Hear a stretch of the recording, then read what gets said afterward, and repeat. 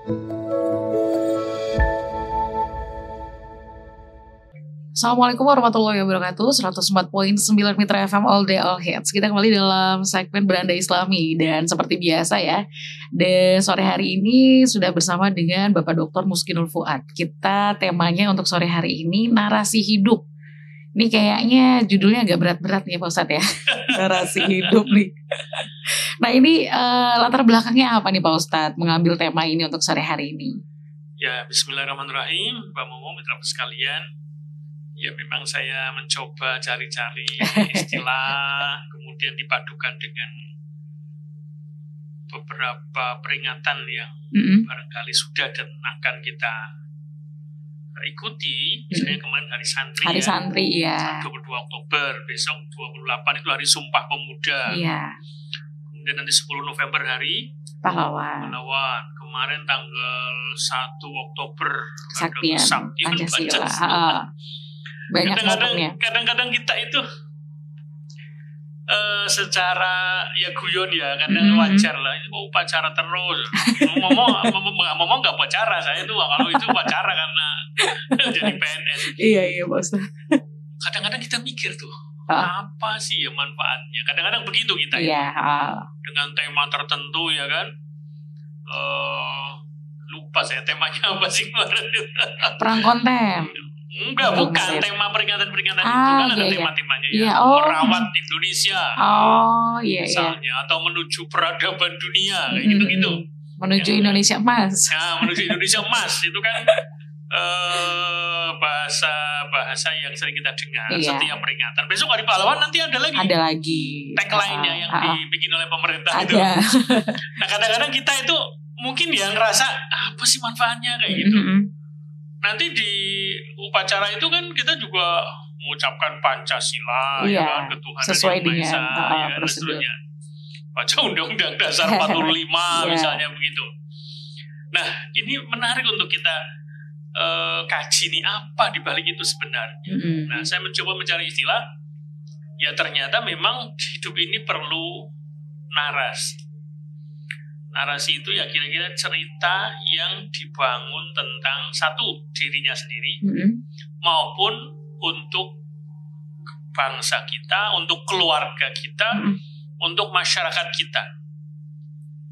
Tentu saja mereka-mereka yang punya posisi seperti itu, jadi pemimpin, presiden, kepala daerah itu harus kuat narasinya.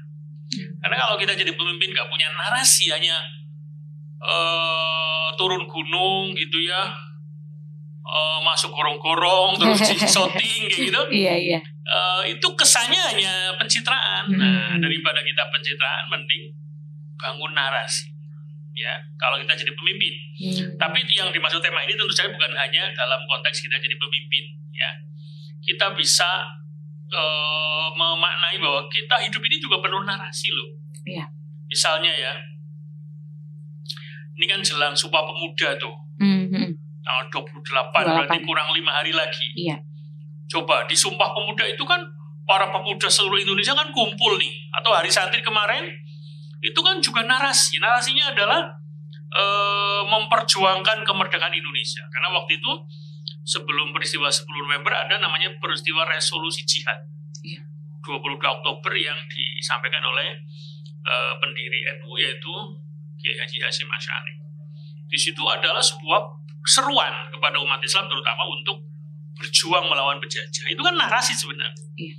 Narasinya adalah narasi berkontribusi, berkorban untuk Indonesia supaya kemerdekaannya bisa terjaga, tidak direbut kembali oleh Belanda waktu itu kan. Nah, itu adalah narasi sebenarnya. Nah, dari peristiwa-peristiwa besar dalam sejarah kehidupan bangsa kita itu, kita bisa mengadopsi untuk diri kita sendiri. Jadi sebenarnya kita hidup ini punya narasi apa?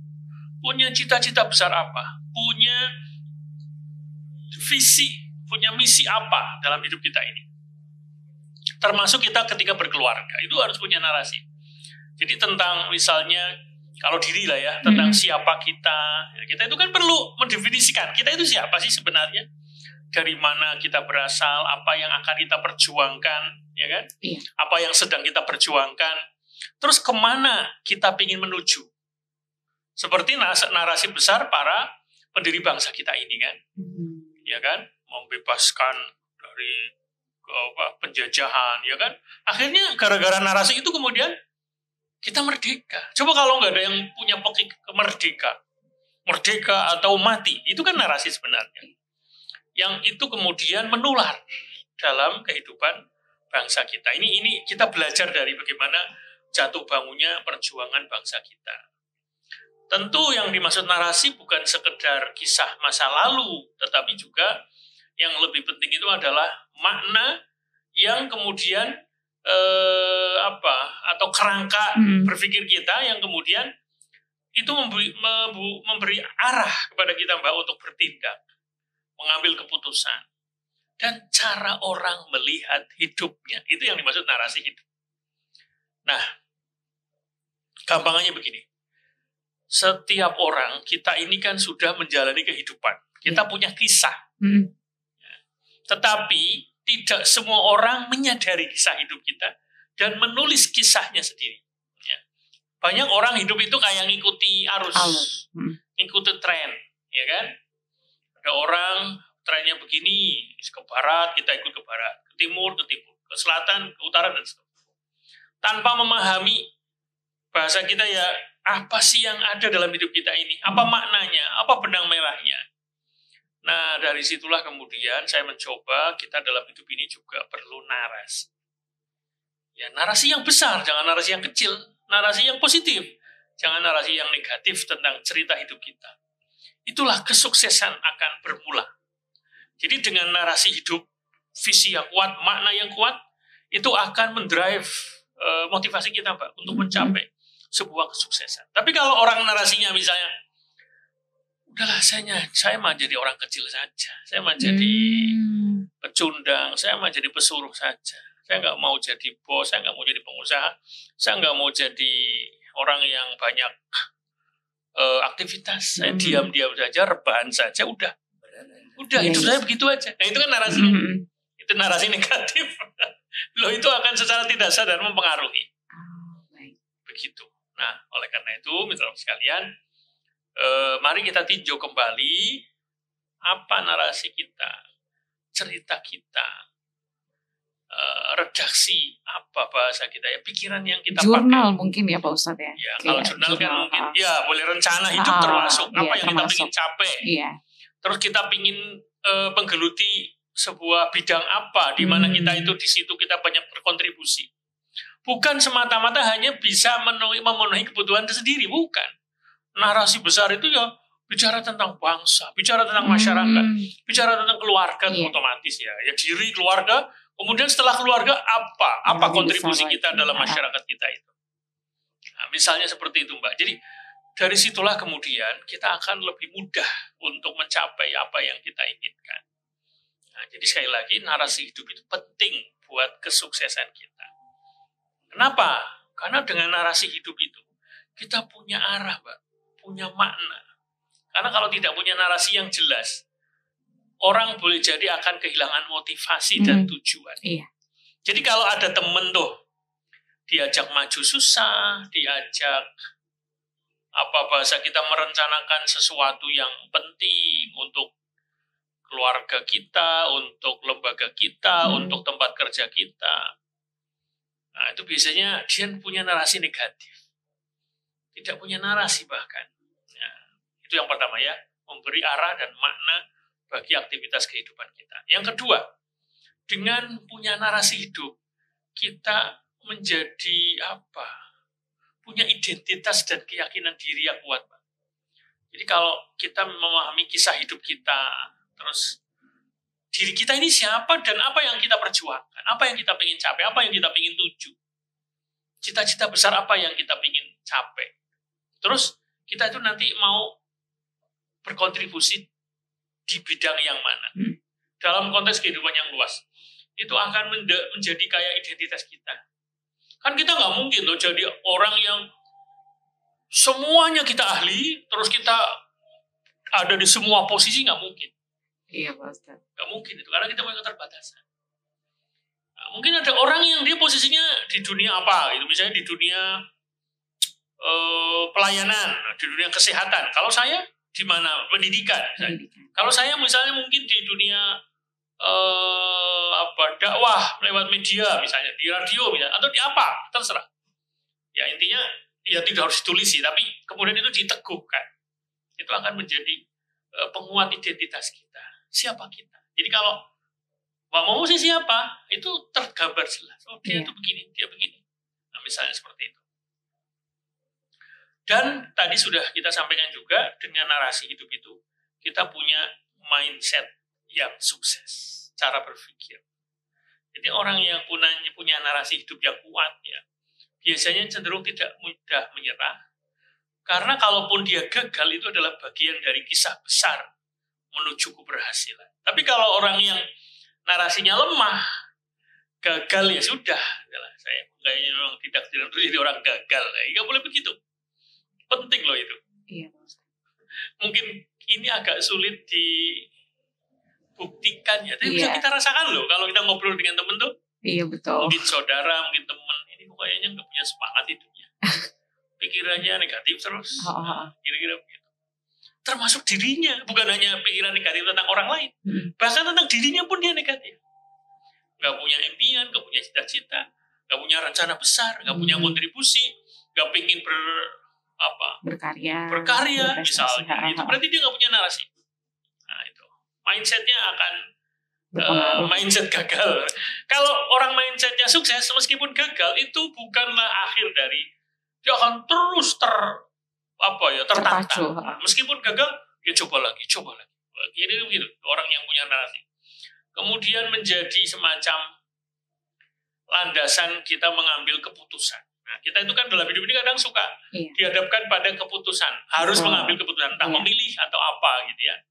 Jadi langkah-langkah yang kita pilih itu sejalan dengan nilai dan tujuan hidup kita.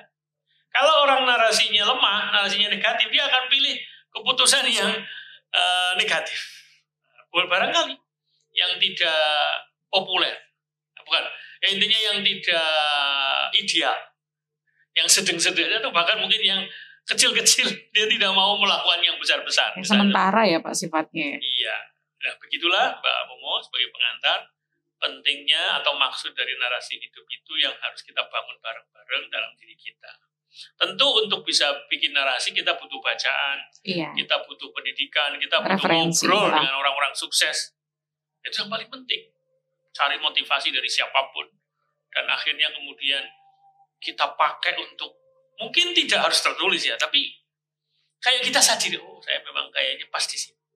Sudahlah, saya mau di sini aja stay. Tapi saya harus sukses di sini. Jangan tanggung-tanggung.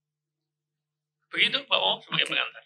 Baik, nah itu dia menarik sekali nih untuk pembahasan sore hari ini. Mitra Lovers yang ingin bergabung silahkan, ingin bertanya mengenai narasi hidup nih, seputar narasi hidup untuk tema di sore hari ini melalui 621-621 untuk line telepon, atau boleh juga melalui WhatsApp kami di 0813-2615-1049. Tetap bersama kami dalam segmen Beranda Islami.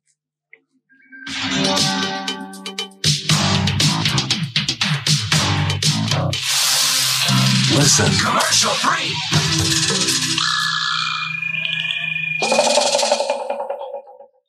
Kita kembali lagi dalam segmen Beranda Islami, dan Pak Ustadz ini sudah ada beberapa pertanyaan yang masuk. Kita sapa dulu, boleh Pak Ustadz? Baik. Yang pertama dari Mas Adam di Berko. Pak Ustadz izin bertanya, untuk menanggapi kasus pesantren yang lagi viral sampai melibatkan salah satu stasiun televisi, menurut pandangan Bapak bagaimana? Soalnya saya lihat-lihat kok nggak enak ya dilihatnya, dan ada juga suatu pesantren yang dia itu santrinya jalannya nunduk ke kiainya, bahkan sampai ada yang mengatakan unjukan bekas kiai itu berkah. Bukannya dari situ bisa timbul sikap buruk ya Pak? Nah itu bagaimana nih menurut pandangan Pak Ustadz? Terima kasih. Baik, Mas Adam. Berkoh, iya di Berkoh. Saya ingin menyampaikan sebuah pandangan yang kita bisa jadikan pegangan. Jadi pada dasarnya ngalap berkah atau mencari keberkahan, atau kalau dalam bahasa Arab barokah atau barokatun ya, barokah atau berkah. Intinya berkah itu adalah tetapnya kebaikan atau bertambahnya kebaikan. Jadi berkah itu intinya kebaikan yang terus bertambah dan membawa manfaat pada sesuatu, baik dalam waktu, rizki, ilmu, atau amal. Itu namanya berkah. Nanti bisa dicek dalilnya di surat Al-A'raf ayat 96. Ya, nanti Mas Adam bisa baca, kita terjemahkan saja. Dan sekiranya penduduk negeri beriman dan bertakwa, pasti kami akan melimpahkan kepada mereka berkah dari langit dan bumi. Nah, apa makna tadi dari mencari berkah atau bahasa Arabnya tabarruk? Pada dasarnya dalam Islam, mencari berkah itu boleh selama sesuai dengan syariat, tidak mengandung kesyirikan. Contoh yang dibenarkan tabarruk ya, mengambil berkah itu misalnya dengan membaca Al-Quran. Jadi tabarruk tapi dengan amal soleh, bersedekah, silaturahim, dan doa.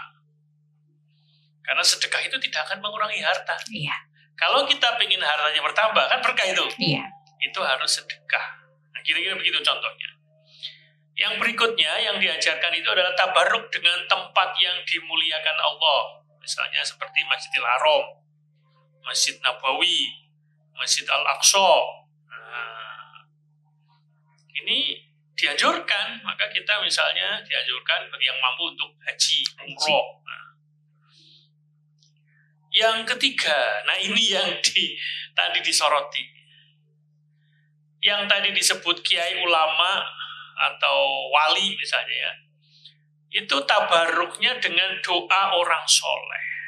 Jadi kita minta didoakan ya, oleh ulama atau orang tua yang soleh. Nah itu boleh. Nah cuma yang menyimpang itu misalnya ya dengan kuburan, dengan keris ya. Nah kalau soal bekas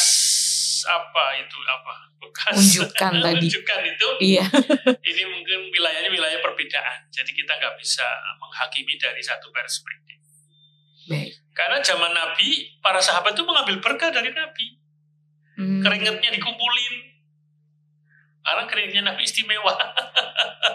Iya Pak Ustaz. Iya, jadi itu bagi yang membolehkan itu karena ngikuti itu.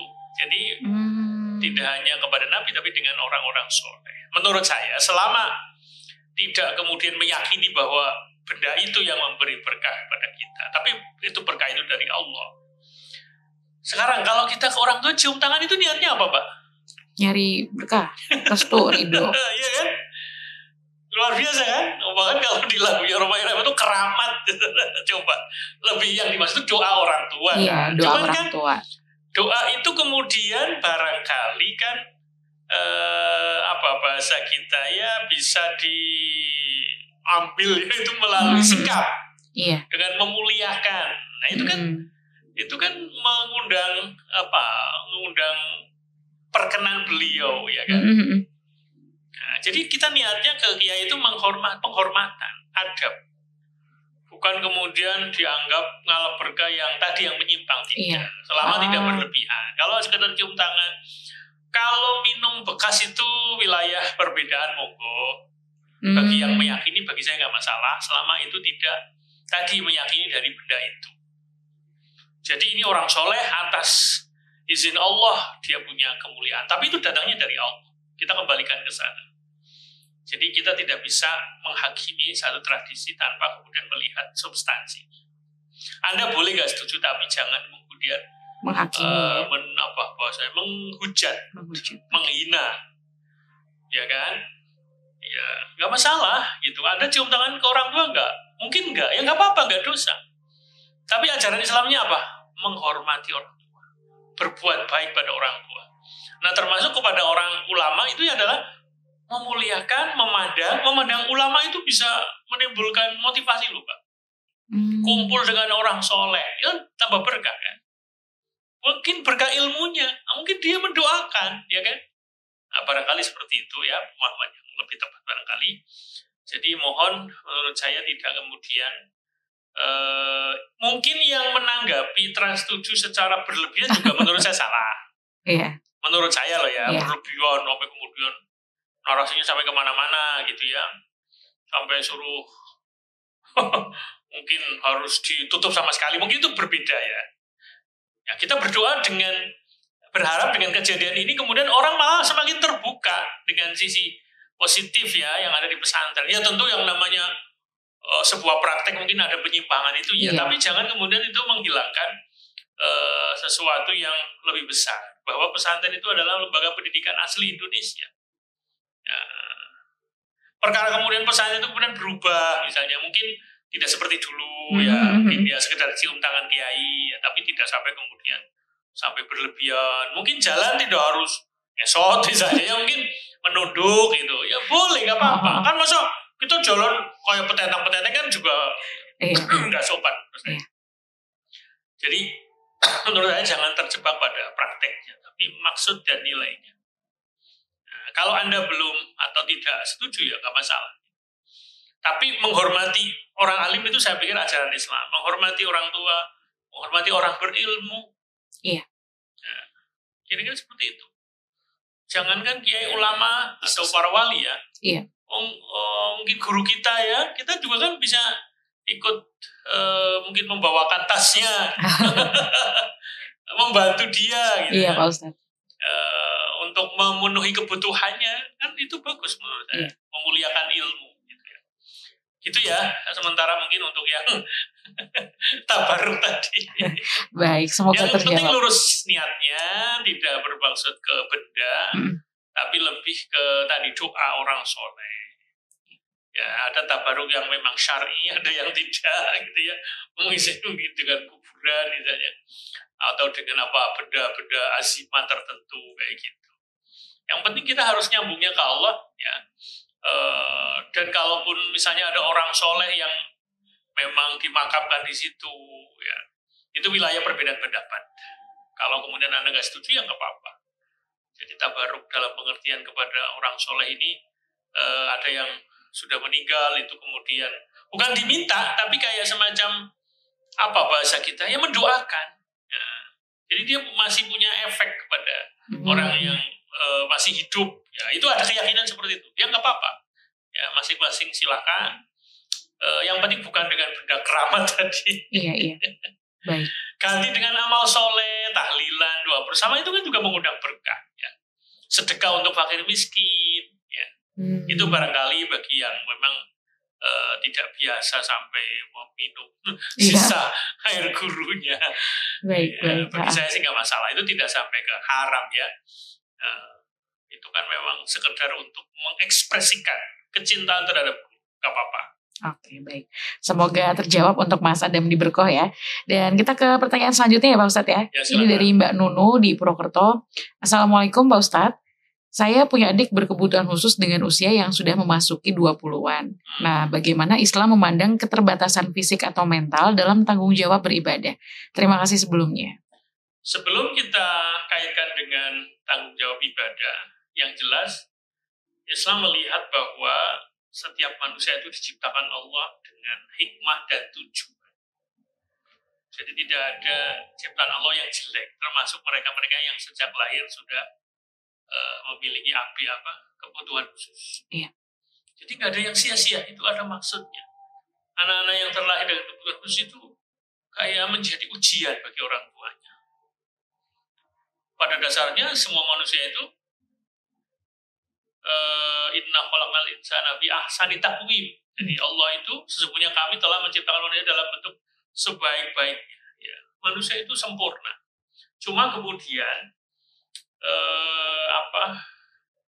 bukan hanya fisiknya, tapi juga nilai kemanusiaan dan rohaninya. Nah, termasuk misalnya ABK itu juga termasuk yang ciptaan yang sempurna dengan keunikan masing-masing. Nah, itu dasar yang harus kita pakai.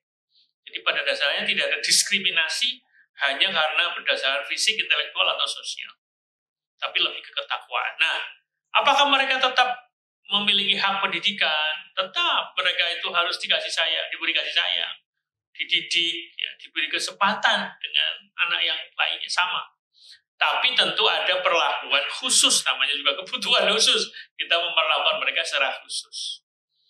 Nah, intinya seperti itu. Nah, kalau soal kewajiban ya, yang penting Kalau memang dia masih sadar ya, masih bisa diajak ngobrol, dibiasakan dari mulai sholat, dari mulai toharoh gitu ya.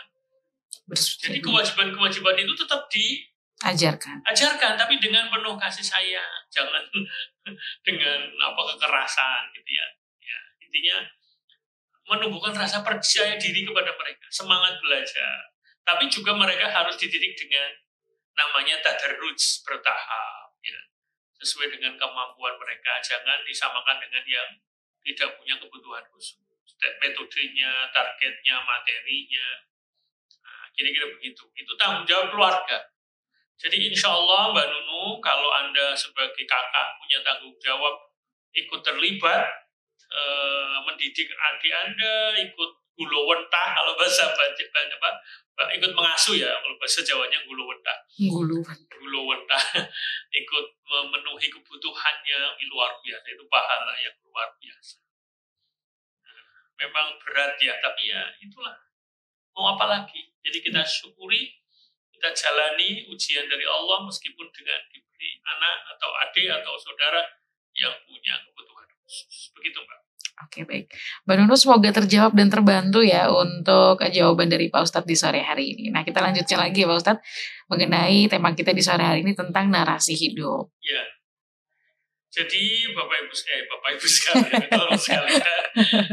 bukan hanya Bapak Ibu saja ya, semua saja. Menurut saya memang kita perlu sekali lagi untuk bisa meninjau tujuan hidup kita. Itu tujuan hidup itu salah satu narasi apa bahasa kita, narasi dari hidup kita itu. Karena dengan narasi yang bagus, dengan apa bahasa kita ya, dengan visi besar, dengan tulisan-tulisan, dengan cerita yang positif tentang hidup kita, cita-cita yang mungkin kita canangkan, itu insya Allah akan lebih bahasa kita ya bahasanya ya lebih mendrive ya, memberi arah tadi ya. Nah kemudian tentu saja misalnya kita bisa kasih contoh ya. Kalau ada orang yang menulis, kata menulis ini tidak harus menulis dengan pulpen ya, tapi kayak menentukan, mengafirmasi bahwa saya begini. Memetakan gitu. Misalnya ada orang, mungkin dia seorang pendidik ya, dia narasinya begini, saya ingin menjadi pejuang pendidikan untuk masyarakat kecil. Wah, coba tuh. Mereka yang jadi relawan, ya kan? Tidak digaji, tapi kemudian berusaha untuk mencerdaskan masyarakatnya yang masih buta huruf barangkali atau masyarakat-masyarakat yang tidak berkesempatan untuk mencicipi bangku sekolah karena mungkin daerahnya terpencil. Itu berbeda dengan orang yang narasinya kayak gini. Udahlah, yang penting ngurusi diri sendiri saja. Aman hidupnya, zona nyaman, lagu ya. Iya. Itu contohnya, Mbak. Jadi jangan kemudian disamakan. Beda orang yang narasinya besar, positif, berbeda dengan yang narasinya kecil dan negatif. Loh, itu mempengaruhi, Mbak. Kata-kata kita, kesadaran yang kita hadirkan itu akan mempengaruhi langkah-langkah kita. Jadi kalau dalam perspektif psikologis ya bahasa lainnya mungkin narasi hidup itu ya kita sebut cerita tentang diri. Hidup kita ini mau kita tulis seperti apa? Biografi ya maksudnya. Iya. Ya intinya kalau orang yang hidupnya isinya narasinya positif, itu biasanya akan lebih resilient, Mbak. Lebih tahan terhadap tantangan. Terus lebih bahagia dan puas dengan kehidupan. Jadi mereka-mereka yang punya narasi besar, punya visi hidup, ya, punya cita-cita besar, punya langkah-langkah konkret dalam menjalani kehidupan. Tidak hanya sekedar zona nyaman untuk dirinya sendiri, dia berbuat untuk banyak orang lain misalnya. Itu biasanya dia akan menghadapi hidup ini kayak positif terus, kayak semangat. Dan kalau ada tantangan itu dia bisa menghadapinya. relatif bahagia dan puas dengan kehidupan. Terus gampang menetapkan dan mencapai tujuan itu. Itu orang yang punya tadi narasi hidup yang positif, yang besar. Kasih contoh lagi. Kalau orang yang narasinya negatif, misalnya, saya selalu gagal, saya tidak pernah sukses. Saya pernah, Mbak, sama teman tuh kayak gini. Oh, jadi uripnya ketune kepenak teman. Gitu loh. Iya. Oh, ini habis kuliah, dapat beasiswa, lulus, dapat kerja, terus nikah gitu. Itu terarah gitu, lancar gitu. Ya. Pokoknya nggak ada tantangannya. Ya, kadang kalau bahasa kita kan hidup ini sawang sinawang kan, saling melihat. Padahal ya nggak juga gitu. Kita tetap punya tantangan, kita punya kegagalan. Tapi kemudian itu tidak dipelihara dalam pengertian itu sebagai sesuatu yang negatif. Mungkin dia secara tidak sadar, meskipun dia bermaksud memuji saya, tapi seolah dia tidak begitu. Seolah kan gitu. Saya mah enggak kayak kamu, kayak gitu ya. Membandingkan gitu. Itu narasi hidup yang negatif. Itu bisa terjebak pada pesimisme. Kalau saya selalu gagal, hidup saya tidak beruntung. Gak pernah sukses, gak kayak kamu, gak kayak dia. Itu akan kehilangan arah nanti dalam hidup kita. Nah, sekali lagi, kalau kita kembali ke agama, ya mari kita isi narasi hidup kita dengan nilai-nilai. Ya, intinya kita memang harus mengisi hidup ini dengan kebaikan, dengan kontribusi. Ya, ini ada kaitannya dengan tema yang jiwa bawang kontong gitu. Mirip-mirip lah ya. Hampir. Orang yang diperhitungkan, orang yang berkontribusi, orang yang ngefek, itu adalah punya narasi hidup yang positif biasa. Begitu Mbak, nanti kita lanjutkan. Baik, nah itu dia Mental Lovers ya, lanjutan dari tema kita di sore hari ini. Jadi masih menunggu atensi dari kalian yang ingin bertanya. Di luar tema juga gak apa-apa ya, boleh. Nanti sampai 5:30 pastinya nanti di segmen Beranda Islami di 621 621 untuk line telepon. Dan juga WhatsApp di 0813 2615 1049. Tetap bersama kami dalam segmen Beranda Islami.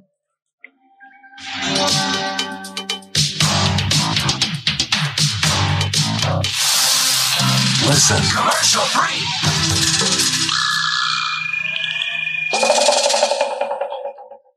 Baik Mental Lovers, kita masih di 104.9 Mitra FM All Day All Hits. Pak Ustadz, kita menyapa lagi yang bertanya nih Pak Ustadz. Ada Mas Ian. Mas Ian, Pak Ustadz, apakah ada doa khusus untuk tetap tawakal dan tidak terjerumus dalam dosa yang sama? Ian di Purwokerto. Baik Mas Ian, saya mungkin bisa bantu ya. Ini doa ini ada di hadis riwayat Muslim. Saya bacakan, ini mungkin bisa dipakai. Ya nanti kalaupun belum hafal ya bisa dibaca teksnya. Nanti bisa dicek ya di Google atau di mana. Hadisnya begini bunyinya, ini doa ya. Allahumma laka aslamtu wa bika amantu wa alaika tawakkaltu wa ilaika anabtu wa bika khosamtu. Allahumma inni a'udzu bi'izzatika la ilaha illa anta antudillani antal hayyul ladzi la yamutu wal jinnu wal insu yamutu. Artinya, ya Allah, aku berserah diri kepadamu. Jadi boleh bahasa Indonesianya juga bisa dibaca kalau memang belum bisa baca atau tidak hafal Arabnya ya. Intinya, ya Allah, aku berserah diri kepadamu, aku beriman kepadamu, aku bertawakal kepadamu, aku bertaubat kepadamu, dan aku mengadukan urusanku kepadamu. Ya Allah, sesungguhnya aku berlindung dengan kemuliaanmu, tidak ada sesembahan yang berhak disembah selain Engkau, dari segala hal yang bisa menyesatkanku. Engkau maha hidup dan tidak mati, sedangkan jin dan manusia pasti mati. Intinya, Mas Ian, jadi ini doa yang mungkin agak panjang ya, tetapi paling tidak kita minta istiqomah kepada Allah. Ya Allah, jadikanlah hamba ini menjadi hamba yang istiqomah, yang istilahnya, yang jejak, yang tetap di jalanmu, jangan sampai ke sana kemari. Kira-kira begitu ya. Mungkin beberapa doa bisa digabung, tapi kalau belum hafal yang panjang-panjang ya Yang penting ya Allah, misalnya kita bisa sampaikan kalau terkait dengan terjerumus kepada dosa yang sama, misalnya kadang-kadang di era ini kan, karena kadang kita nggak bisa melihat itu benar apa salah. Iya Pak Ustadz. Maka kita bisa pakai doa, Allahumma arinal haqqo haqqan warzuqna tiba'ah wa arinal batila batilan warzuqna sinaba. Ya Allah, tunjukkanlah kepadaku bahwa sesuatu yang benar itu benar, dan berikanlah kemampuan kepadaku untuk mengikutinya. Dan tunjukkanlah kepadaku bahwa sesuatu yang salah itu ya salah, dan diberikan kemampuan kepadaku untuk menghindari, untuk menjauhinya. Nah, itu kan tadi yang supaya tidak terjerumuskan. Karena di era sekarang kadang-kadang kita suka bingung. Nah, kira-kira begitu. Baik. Nah, oke, itu dia Pak Ustadz ya. Mas Ian ya, semoga terjawab untuk sore hari ini. Temanya tadi tentang narasi hidup, tadi nanyanya itu soal doa khusus. Tadi semoga terjawab. Nah, mungkin bisa kita lanjutkan lagi nih Pak Ustadz untuk sore hari ini ya, tema kita narasi hidup. Oke, kita sekalian Mbak Momo, kita kuatkan kembali, kita tambah bagaimana perspektif Islam dalam menarasikan hidup kita itu. Nah, ya, tentu saja hidup kita ini, kehidupan manusia itu adalah amanah dan perjalanan menuju Allah. Jadi setiap kisah hidup kita itu harus menjadi bagian dari narasi besar pengabdian kita kepada Allah atau ibadah kita kepada Allah. Itu narasi besar. Maka kita diajarkan kalau dalam Al-Quran surat Al-An'am 162, Inna sholati wa nusuki wa mahyaya wa mamati lillahi rabbil alamin. Sesungguhnya sholatku, ibadahku, hidupku, dan matiku hanya untuk Allah, Tuhan semesta alam. Itu narasi hidup. Hidup ini tuh apa sih? Nah, itu narasi namanya. Perspektif, makna tentang hidup kita ini. Kerangkanya mau seperti apa? Jangkauannya seperti apa?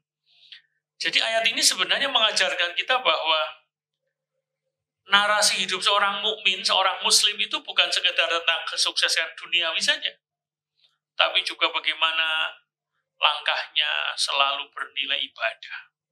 Ketika bekerja itu bernilai ibadah, apalagi sholat itu ibadah. Kemudian menafkahi keluarga ibadah. Kemudian semuanya pokoknya bernilai ibadah, karena itu diniatkan ke sana. Kita dekatkan diri kita kepada Allah. Ya. Jangan sampai kemudian hidup kita ini lepas dari orientasi ke Allah. Gitu. Iya. Jadi inilah arah dan tujuan kita. Visinya kalau kita misalnya ngikutin Nabi kita Muhammad SAW itu berarti Nabi itu punya narasi apa? Nabi itu punya narasi membebaskan manusia dengan visi kenabiannya. Visi kenabian beliau. Membangun peradaban, kemudian ketika ada perjuangan itu juga dijalani dan seterusnya. Itu adalah kisah besar Nabi kita Muhammad SAW, berdakwah untuk mengeluarkan manusia dari kegelapan menuju cahaya, kira-kira seperti itu. Kemudian mungkin sekaligus closing ya Pak ya. Iya, kesimpulan di sore hari ini. Intinya tentu kita harus melihat kembali terus-menerus, memperbaharui bagaimana, apakah narasi hidup kita ini sudah mengarah pada hal-hal yang tadi itu. Ciri-cirinya itu seperti apa? Yang pertama, kita harus berakar pada nilai, Mbak. Jadi narasi hidup kita ini, visi hidup kita ini, misi hidup kita ini harus dibangun di atas nilai-nilai yang kita yakini. Tentu pertama keimanan, ketauhidan, kemudian kita punya integritas dalam hidup kita ini, Mbak. Punya tanggung jawab, rasa tanggung jawab. Jangan seenaknya sendiri. Mengandung visi yang jangka panjang, bukan jangka pendek. Bukan soal di dunia ini, tapi juga masa depan di akhirat. Itu juga perlu kita perhatikan. Apakah visi kita ini hanya seujung kuku, hanya sependek umur kita, hanya setahun, 2 tahun, 3 tahun ke depan. Tidak, kita harus punya yang panjang, jangkauannya panjang, mimpinya besar. Kalau keluarga oke, sudah sukses, terus ngapain? Nah, kita harus keluar. Masyarakat kita menunggu kontribusi kita. Kemudian bahasanya itu ya. Kalaupun ada kegagalan, itu kita jadikan pelajaran. Jadi kalau ada yang pahit-pahit, itu kita maknai gitu loh maksudnya. Itulah prinsipnya, supaya hidup kita ini memang bernarasi. Bukan akhir cerita kalau kita gagal. Itu adalah awal atau tahapan. Terus selalu berkontribusi, Pak. Jadi narasi hidup yang hebat itu bukan hanya tentang diri sendiri, tapi juga tentang manfaat pada orang lain. Itu juga penting harus kita lihat. Kemudian selaras dengan apa tadi ya, doa yang terakhir, tawakal, itu perlu dijaga ya. Jadi usaha tapi juga dengan tawakal. Usaha tawakal. Doa takdir. Nah, itu perlu disadari supaya kita tidak stres kalau menghadapi kegagalan. Iya, Pak Ustadz. Nah, bagaimana caranya supaya kita narasinya kuat ya? Pertama, refleksikan masa lalu kita. Mungkin ada pengalaman yang bisa kita refleksikan. Oh, dulu saya kenapa kok begitu ya? Kenapa saya kok? Kayak gitu-gitu. Perjalanan-perjalanan itu perlu diputar kembali, tapi kemudian dimaknai. Itu caranya begitu. Pelajaran apa dibalik setiap hal yang pernah kita lewati? Mungkin kita pernah menempuh pendidikan di mana? Kita pernah dapat tantangan apa, kita punya cerita yang tidak menyenangkan seperti apa, dan seterusnya. Berikutnya, yang pertama lihat masa lalu, yang kedua kenali nilai dari hidup kita ini apa. Jadi yang paling penting bagi kita itu apa sebenarnya sih? Yang kita pentingkan itu nilai namanya. Satu misalnya keimanan kepada Allah, keluarga, ilmu, pengabdian misalnya. Kan ada orang tuh bawaannya tuh ngajar terus, seneng tuh dia berbuat kepada orang gitu tanpa pamrih. Itu berarti memang nilainya begitu, pengabdiannya tinggi. Tapi ada orang hidupnya habis untuk cari duit untuk hidup diri dan keluarganya saja. Gak pernah misalnya diundang apa itu gak pernah datang. Suruh mikir masyarakatnya, RT-nya, RW-nya, gak mau. Dia hanya mikir diri dan keluarganya saja. Selalu berhalangan kalau urusan kemasyarakatan. Kemudian tentukan visi bayangan hidup kita ini, apa yang ingin kita capai. Terus pertanyaan juga penting, Pak. Kira-kira apa yang kita wariskan, Pak? Masa cuma mewariskan harta, materi gitu ya? Apa cuma itu? Atau kita punya sesuatu karya, kebijakan ya, kalau kita pemimpin ya, yang itu nanti bisa diteruskan, lestari untuk generasi sepeninggal kita. Legasi apa yang kita tinggalkan? Kalau kita jadi pejabat, kita jadi ketua RT, kita jadi ketua RW, apalagi jadi presiden. Itu pertanyaan besarnya, kira-kira legasi apa? Apa yang bisa dikenang dari kontribusi kita itu? Itu. Yang bisa jadi amal jariah ya Pak Ustadz. Iya. Bisa juga dituliskan kisah hidup itu, ya jadi buku lah. Apa mungkin kalau ditulis ya awal perjuangan, berjuang, beras, baju dan uang. Kemudian ketika ada masa jatuhnya, kemudian kita bangun lagi, terus bangkit. Mungkin ada cerita terpuruk, tapi setelah itu kita bangun lagi. Nah, narasi ini bisa kita perbaiki, Pak.